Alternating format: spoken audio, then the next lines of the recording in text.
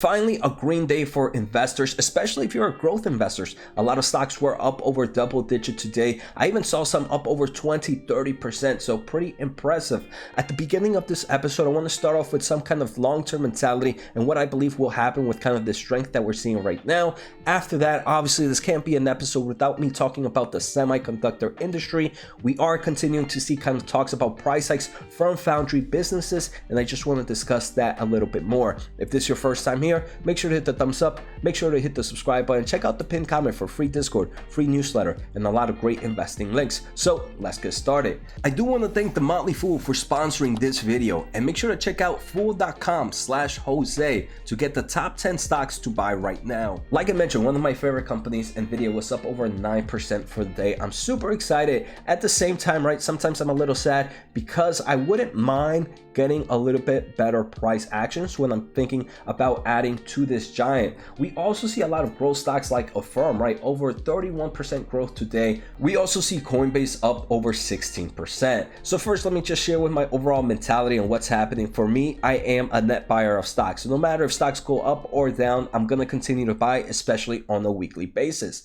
Regardless of that, in this past week, I've actually been super aggressive buying stocks, but that doesn't mean that I believe the bottom is here. Just like we saw a very strong bullish day today, I do believe it just shows how volatile the market can be. And any day next week, we can probably see a kind of equal or maybe somewhat strong bearish day as well. Even with this price up, I still believe that some stocks are still sitting at attractive levels compared to where they will be in 3 to 5 years. So just a quick recap, in the short term of things, I believe anything can happen. In the long term of things, I'm super bullish. So now I want to take a closer look at the semiconductor industry. A few days ago, I kind of brought this up where we kind of hear reports that TSMC, and this is a company that manufactures chips for a lot of big players like Apple, like Nvidia, and much more, right? So there were reports that TSMC was going to increase their prices. And this is not something new, right? TSMC and a lot of these global companies have kind of increased prices in 2021 and 2020. And now they're thinking of doing so for 2022. I mean, inflation also hits the market, kind of the job force.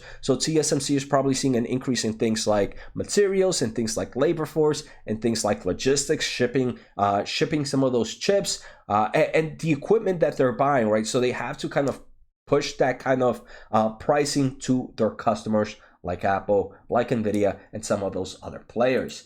I also wanted to remind you, if you might have missed the episode, I talked about kind of the market share here in the global foundry business. We can see the biggest player is TSMC, and they represent about 53% of the market share. I think that is insane for 2021, right? And the second biggest player and their biggest rival, I would say, is Samsung, and that's who we're going to talk about right now. So Samsung right now, if you are in the United States, I don't think it's very easy to trade them. I don't believe they're over the counter. I think your broker has to have the ability to trade overseas companies. So not a company I'm personally invested in. I do have shares in TSMC, and look at that huge market share lead. There are reports that Samsung is also looking to increase prices on their chips by about 15 to 20%. And again, being for the same reason, there's just a huge kind of increase in materials, in equipment, in labors, and so much more.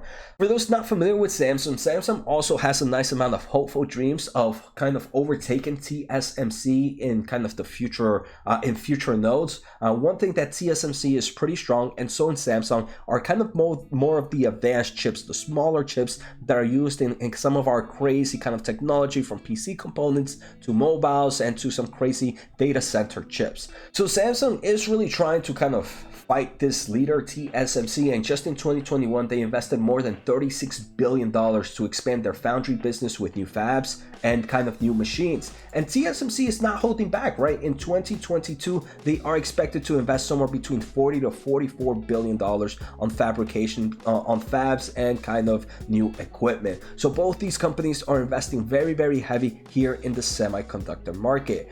And the only reason I would say they would be investing this heavily in the market is if they believe that there's huge growth potential in some of these advanced nodes. And that's what we're seeing, right? Nvidia, Apple, they are really focusing on the smaller chips. And this just kind of bodes well. It tells me that, hey, the market for these advanced chips are going to continue to be here. So that's why we're going to continue to see some bullish cases for companies like Nvidia. Like I said, I am a shareholder of TSMC, and we can see from its 52-week high, the stock is down over 35%. Even after today, when the stock was up about 3.8%, I do believe TSM is sitting at very, very attractive levels. And maybe this upcoming week or next week, I'm thinking of adding more to my position. I mean, it's a company with very heavy cash flow from operations that also pays a nice amount of dividend, and it is profitable, right? It is a leader in its market. So it's definitely one that holds a position in my portfolio. So I hope you guys enjoyed this quick update on the semiconductor industry. Take care, have a good night, and see you next time.